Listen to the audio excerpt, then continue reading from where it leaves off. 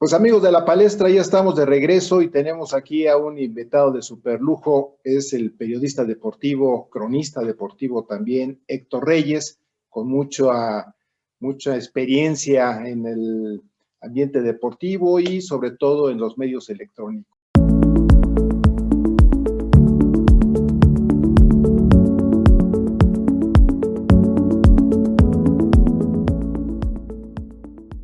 Héctor, muchas gracias por aceptar esta invitación a platicar con los amigos de la palestra, ciudadanos de la calle que quieren saber qué pasa con los Juegos Olímpicos, ¿se van a hacer o no? No, sí se van a hacer, por supuesto. Con muchas limitaciones, es atípico. La pandemia vino a modificar pues, prácticamente a toda la humanidad. Como ya sabemos, por el contagio y lo que representa, ¿no?, el COVID-19. Sin embargo, pues es un negocio de miles de millones de dólares que no se pueden tirar a la basura, entrecomillado, claro está, ¿no? Primero es la seguridad y la salud de los deportistas. Esa es la premisa del Comité Olímpico Internacional. Sin embargo, Japón ha invertido muchísimo dinero y recursos humanos y materiales para organizar los Juegos y que sean un éxito rotundo. La medida que tenía Japón eran los Juegos Olímpicos del 2008 en Beijing, que fueron pues un hito en la historia del olimpismo por la organización, el nivel competitivo, y pues los chinos se lucieron, tanto en los Juegos Olímpicos como los Paralímpicos, en lo que fue la ceremonia de inauguración, de clausura, la combinación de tecnología con el desarrollo deportivo, que también el ser humano se ha vuelto casi un robot dotado de facultades y cualidades sin precedente, como en el caso de Usain Bolt, que pues es la máxima figura de los últimos años en el atletismo. Sí se van a realizar. Ha habido sí problemas, han cambiado el comité organizador, más que nada por declaraciones sexistas de algunos de sus miembros. Ahora lo dirige el comité organizador una mujer. Pero los Juegos Olímpicos, en cuanto a organización, pues ya están las instalaciones deportivas, creció el número de deportes. Existe la idea de una burbuja donde solamente podrán asistir ciudadanos japoneses. Es una lástima porque en gran parte, parte del negocio es precisamente el turismo que generan los Juegos Olímpicos. Son alrededor de 2 o 3 semanas pues intensas, ¿no?, de convivencia, de competencia y de espectáculo, que pues hasta ahora es un fenómeno social único en el mundo, con la capacidad de reunir a 206 países y bueno, pues ahora con ciertas diferencias, pero finalmente pues la televisión, las redes sociales han modificado incluso la manera de ver el deporte, y los jóvenes pues ya no ven tanta televisión, ya se enfocan más a la computadora, a los celulares, y bueno, es otra forma. Sí, es otra forma de informarse, otra forma de ver el deporte, y bueno, pues es toda una novedad, se espera, ¿no?, algo distinto, a pesar de que pues, los deportistas posiblemente no lleguen en el máximo de sus capacidades. Algunos países sí lo han hecho, se han entrenado en la pandemia y otros no lo hicieron, y en el caso de México creo que fue un poco de manera tardía. Tú ahorita nos platicaste que sí se van a realizar, a pesar de que incluso el Sindicato de Trabajadores de la Salud en Japón se oponía a la realización de los Juegos, pero mencionaste algo muy importante, el negocio que representan los Juegos Olímpicos, la tecnología que se aplica ahora a los Juegos Olímpicos. ¿Cómo se ha transformado el deporte en sí con los Juegos Olímpicos desde Atenas a la fecha? ¿Cómo ha sido el deporte y cómo es en estos momentos, siglo XXI, con una sociedad pospandémica? Bueno, el desarrollo y el proceso del deporte ha sido espectacular. O sea, de unos Juegos de 1896 al 2021, no hay punto de comparación. Quizá el punto que revoluciona el deporte a nivel mundial fueron los Juegos Olímpicos de México 68, por todo lo que se hizo, todo lo que se innovó y todo lo que se logró en esos Juegos, incluso ya las transmisiones vía satélite, ya fue las transmisiones en color, ya se utilizó el photo finish, ya se utilizaron las pistas de de material sintético que se conoce como tartán. Esa fue una innovación en contra incluso de la Federación Internacional que aplicó un mexicano, César Moreno Bravo, ante la reticencia dijo, bueno, vamos a hacerlas. Hicieron 4 o 5 pistas de entrenamiento, aparte de la del Estadio Olímpico México 68, donde juega Pumas y los equipos de fútbol americano. Y algunas veces se hacían campeonatos nacionales en esa pista, que iba a albergar un campeonato del mundo que no se pudo realizar precisamente por las modificaciones y la inversión que representaba. Había que poner a nivel la pista, en este caso la cancha de fútbol. Había que introducir, digamos que cableado subterráneo que permitiera pues, las cámaras que siguen a los atletas de manera lateral, en la parte de arriba.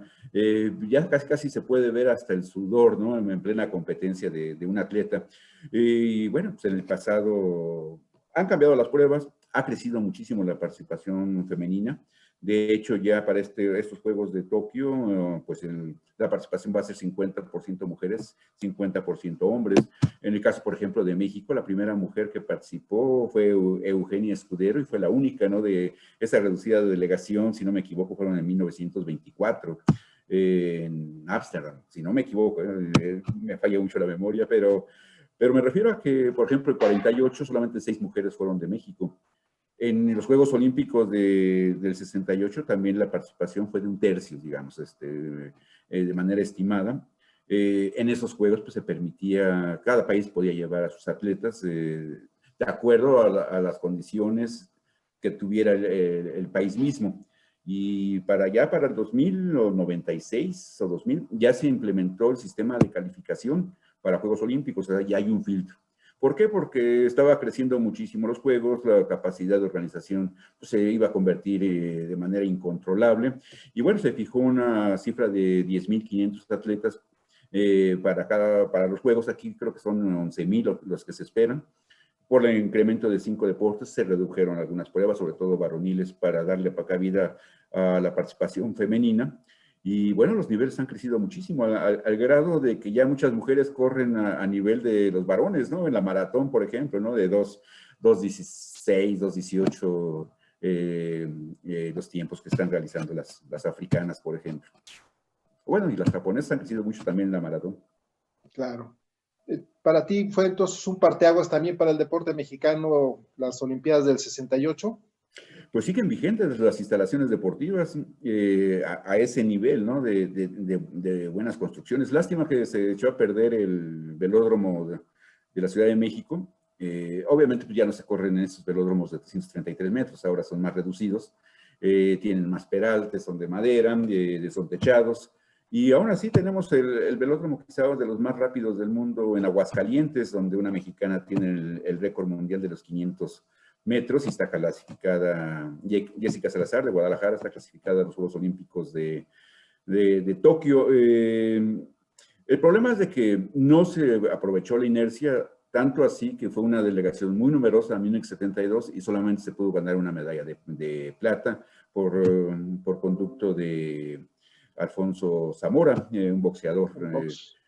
Que por cierto, pues, creo que le robaron incluso hasta la medalla de oro porque los jueces en el boxeo pues, han sido muy, no tan benévolos con México y ese es el problema, como la caminata en algún tiempo, ¿no? En la época de los viejos jueces que se resistían a los cambios, y esa fue la innovación de México y por eso se ganaron las medallas que se ganaron en la caminata, se establecieron las marcas mundiales, porque llegó un técnico polaco que implementó 2 sistemas, ¿no? Uno, la manera de caminar, que no se hizo ya de manera natural, sino que un pie se colocaba enfrente del otro, entonces se recorría más distancia con menos esfuerzo.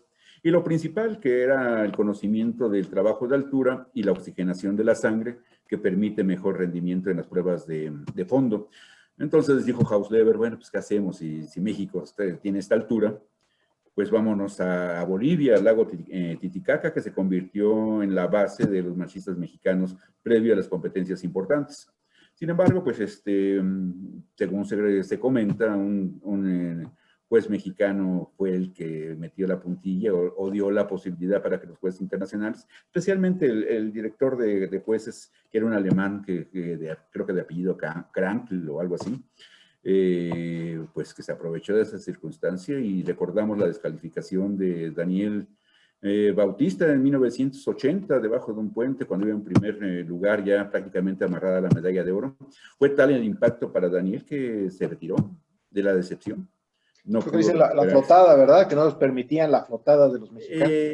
Pero es que el problema es la velocidad que imprimían. Necesitarías tener, bueno, hay ciertos, digamos, ciertas técnicas de observación para saber si flotan o no flotan, o doblan la rodilla.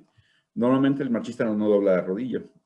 Y sí, la flotación es como el paso de la carrera, o sea, los dos pies están en el aire, y en la caminata no, siempre tiene que estar un pie en el piso y el otro en movimiento. Sin embargo, pues soviéticos de la época, del RDA, incluso la escuela sudamericana en el caso de Colombia y últimamente en Guatemala, que pues y Ecuador, que le han dado pelea a México. Bueno, ya no tenemos la misma tradición del pasado, pero bueno, finalmente México fue escuela de la caminata a nivel mundial, se revolucionó la caminata y bueno, es una de las disciplinas que tienden a desaparecer por falta de espectáculo, ¿no? De hecho, la prueba de 50 kilómetros ya en Tokio será la última vez que se camine. En mujeres antes era de 10 kilómetros, la subieron a 20. Y bueno, al parecer va a quedar una prueba de 20 kilómetros. No sé si van a reducir la distancia en la de 50, pero bueno, ya la historia de la caminata tiende a desaparecer a raíz de los escándalos que se han generado por las descalificaciones. ¿Y tú cómo ves el panorama de México en Tokio? La participación de los atletas mexicanos, ¿cómo se espera sea? Mira, antes de la pandemia, el pronóstico de la CONADE, o sea, me refiero a los que estaban dirigiendo la Dirección de Calidad para el Deporte, llámese, en este caso, la directora de la CONADE, que es Ana Gabriela Guevara, tienen bueno, no sé si lo compraron o lo crearon, un programa donde pues se hace todo un análisis de los deportistas mexicanos comparados a nivel internacional, que eso es fundamental, ¿no? O sea, tú para poder hablar de medallas tienes que compararlo en el ámbito internacional de las pruebas, ¿no? Por ejemplo, Diego del Real, ¿no? Ahora en el lanzamiento de martillo, acaba de clasificarse, hizo la marca que el campeón olímpico de Río de Janeiro hizo para ganar la medalla de oro. Y se colocó en el segundo lugar del ranking mundial. Entonces, pues podemos decir que tiene la capacidad para ser medallista olímpico. Fue cuarto lugar en Río de Janeiro, tiene cuatro años más de preparación. Se suponía, ¿no?, que la meta iba a ser 80 metros para poder asegurar, primero, pues el pase a la final y después la medalla. Entonces, en términos generales, era el pronóstico muy optimista. Se hablaba de 10, 12, hasta 15 medallas que México podía ganar. Ese histórico, porque superaría las 9 que se ganaron en México 68 como anfitriones. Pero la verdad es que en el caso, por ejemplo, del Comité Olímpico, incluso ahora la misma CONADE, pues no pronostican no más allá de 5 medallas, ¿no? En promedio de 3 a 5, que sí es factible, ¿no? Y desde el punto de vista, digamos que es reservado, porque la preparación es muy importante. Han tenido muy poco fogueo internacional por lo mismo de la pandemia. Algunos deportistas sí trabajaron, otros no tanto. Entonces, pues eso no se sabe con exactitud, ¿no? Ahorita hay un grupo de deportistas trabajando en el CENAR, pero pues ya es muy tarde, ¿no? Ya el trabajo de una medalla no es de la noche a la mañana, son años de preparación y muchas veces ni así resulta, ¿no? Por ejemplo, en el canotaje de los Juegos Panamericanos, pues dio históricamente muchas medallas para México. Sin embargo, en este último selectivo, pues ya México quedó sin representación de canotaje. Se ganó se tenía que ganar una medalla de oro y se ganó una de plata y una de bronce. Entonces, pues en ese deporte, por ejemplo, pues a menos de que haya preolímpicos, eso sí lo ignoro, no sé cuántos preolímpicos falten, porque hasta antes de la pandemia creo que había un 70-75% de ya clasificados a nivel internacional, ¿no? Ya en el mundo. Después, pues vienen las clasificaciones por ranking, y por último, ya los torneos continentales, donde se reparten las últimas plazas. Por ejemplo, en el caso de la gimnasia rítmica, en el conjunto, México en gimnasia rítmica nunca se ha clasificado a Juegos Olímpicos. Viene un selectivo, la diferencia entre Estados Unidos y México. México ganó la medalla de oro panamericana. Es de 1 punto, 2 puntos, que no es nada. Pero ¿cuál es la desventaja de México en este continental? Que va a ser en Estados Unidos. Es un deporte de apreciación y pues los jueces los influyen. Y un punto pues se puede manejar, ¿no? A nivel de la mesa. Aunque México ya se colocó en un contexto del top 10 mundial, que eso es inédito. Acaban de ganar este fin de semana la medalla de oro en un torneo internacional en Rumania con 20 años de historia. Le ha ganado a países que son fuertes en la gimnasia rítmica. Y estas chicas, pues, muchas son nuevas, hubo una renovación, muchas se retiraron, incluso una se fue, o es, Miss Yucatán, y estuvo a punto de ganar Nuestra Belleza México, quedó en segundo lugar, ¿no? Y sí, una chica muy guapa, pues, obviamente con cuerpo de atleta y pues, artista, ¿no? Finalmente la gimnasia rítmica es un deporte artístico.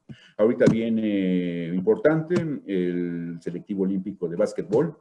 México acaban de convocar a 30 jugadores, Omar Quinteros, la FIBA acaba de perdonar a México bajo ciertas condiciones, que básicamente es mantener a la de MEVA. Modesto Robledo es si no me equivoco, bueno, es miembro de la FIBA mexicano, pero pues hay muchos intereses dentro del básquetbol. Uno de ellos pues es manejarlo precisamente, ¿no? Y la FIBA, a través de Horacio Muratore, tiene intereses en México, yo creo, ¿no?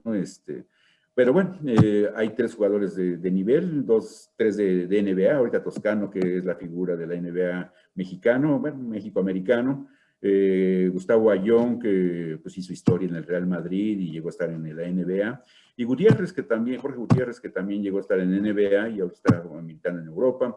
Hay otros jugadores mexicanos que están en Europa, hay unos talentos universitarios en Estados Unidos muy buenos. Entonces México tiene equipo, el problema es de que falta un mes para el selectivo, entonces pues, armar un equipo en tan poco tiempo, pues, y le toca rivales muy fuertes, no recuerdo los nombres, pero juegan si no me equivoco, se forman grupos, y los ganadores creo que son los que van a Juegos Olímpicos, y pues los rivales son muy fuertes. Entonces las posibilidades son no muchas, pero bueno, el básquetbol en México hay tradición, hay historia, ya se ganó una medalla olímpica en el 36, se tuvo una selección que fue quinto lugar en México 68, y la última vez que se clasificó fue en 1976, o sea, ya llovió. Y así hay deportes que todavía falta por clasificarse, en el caso de la gimnasia artística, en el voleibol de playa.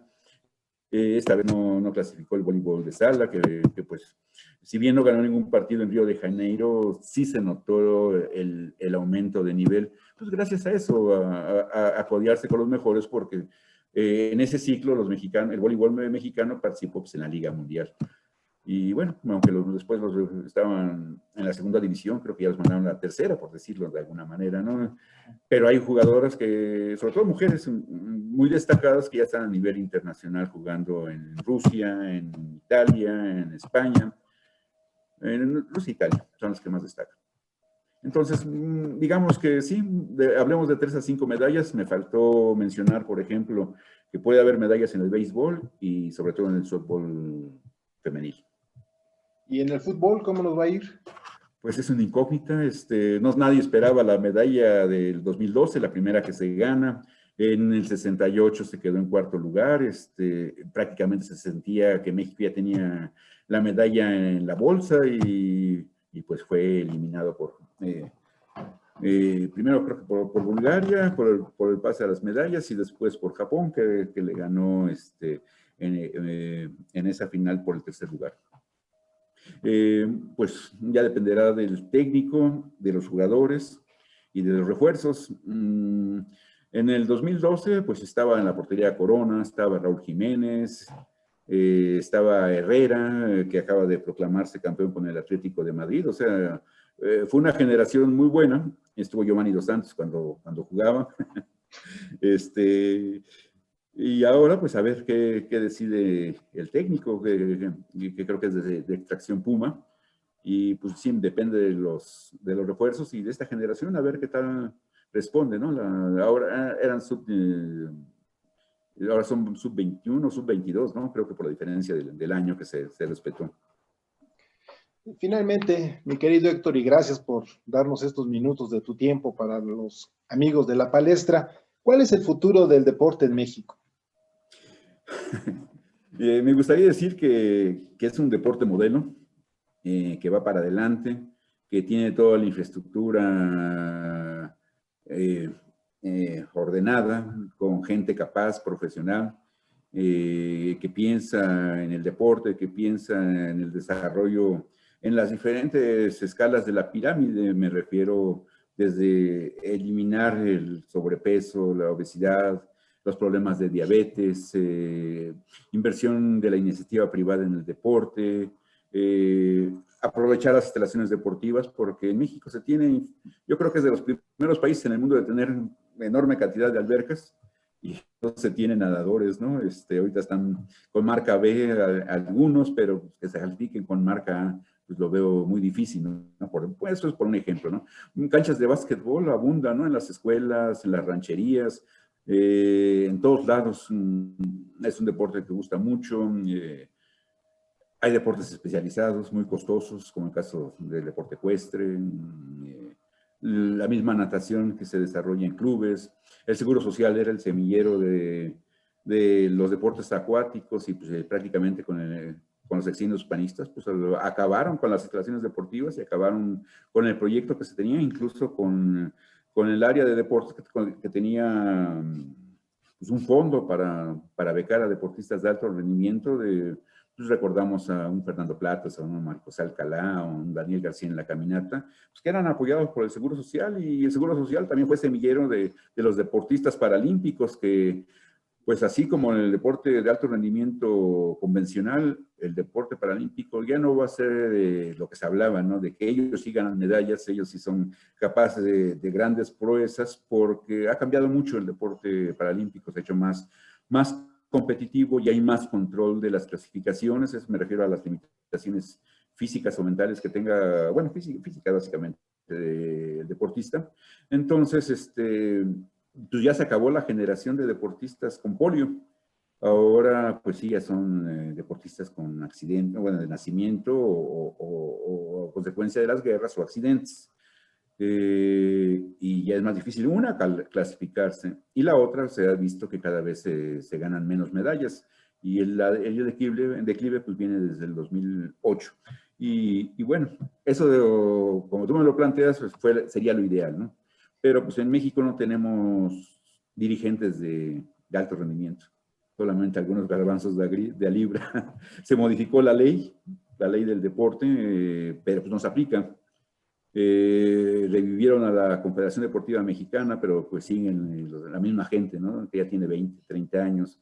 Si lo hicieran bien, pues no habría ningún problema, esa es la experiencia. Sin embargo, pues no se ve reflejado en los resultados. En el caso del atletismo, pues el presidente de la federación tiene una demanda judicial, ya creo que está en la última instancia, ya lo acusaron de peculado. El caso del presidente de la Federación de Natación, igual, enriquecimiento ilícito, está siendo investigado. Se sabe que pues los recursos que tienen no son producto de su trabajo o de que lo haya heredado del papá, ¿no? Un cuate que llegó como chofer de la vicepresidenta de nado sincronizado, y se fue metiendo, gana las elecciones hace 9 años, 8 o 9 años, y pues ahora tiene ese problema legal. Sin embargo, quiere continuar dentro de la federación, modificó los estatutos para que él se pudiera mantener, intervino la Federación Internacional. Sin embargo, yo creo que a lo mejor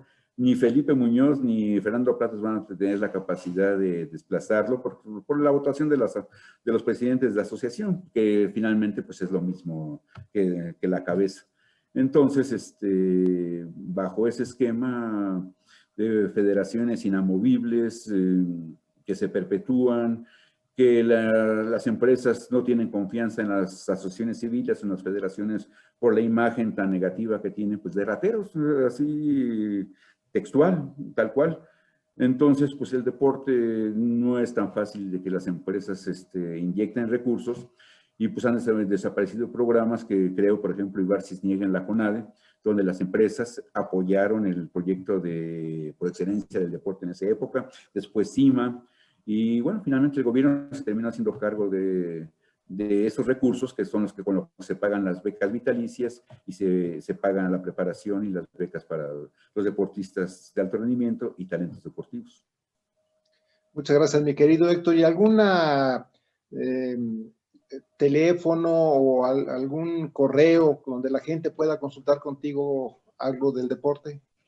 Sí, claro. Mi número celular es el 55 33 99 19 33 y mi correo electrónico es reyeshector@yahoo.com. Mi querido Héctor, muchas gracias por atender este llamado y aclararnos el panorama de cómo le va a ir a México en los próximos Juegos Olímpicos, que ya sabemos ahí la certeza de que sí se llevarán a cabo y que van a ser, pues, como tú dijiste, atípicos. Y pues nuevamente, muchas gracias, y a ustedes, amigos, les recordamos que la próxima semana tendremos otro encuentro en la palestra para analizar temas de interés nacional para usted, que es el ciudadano de la calle. Que tenga usted un excelente día.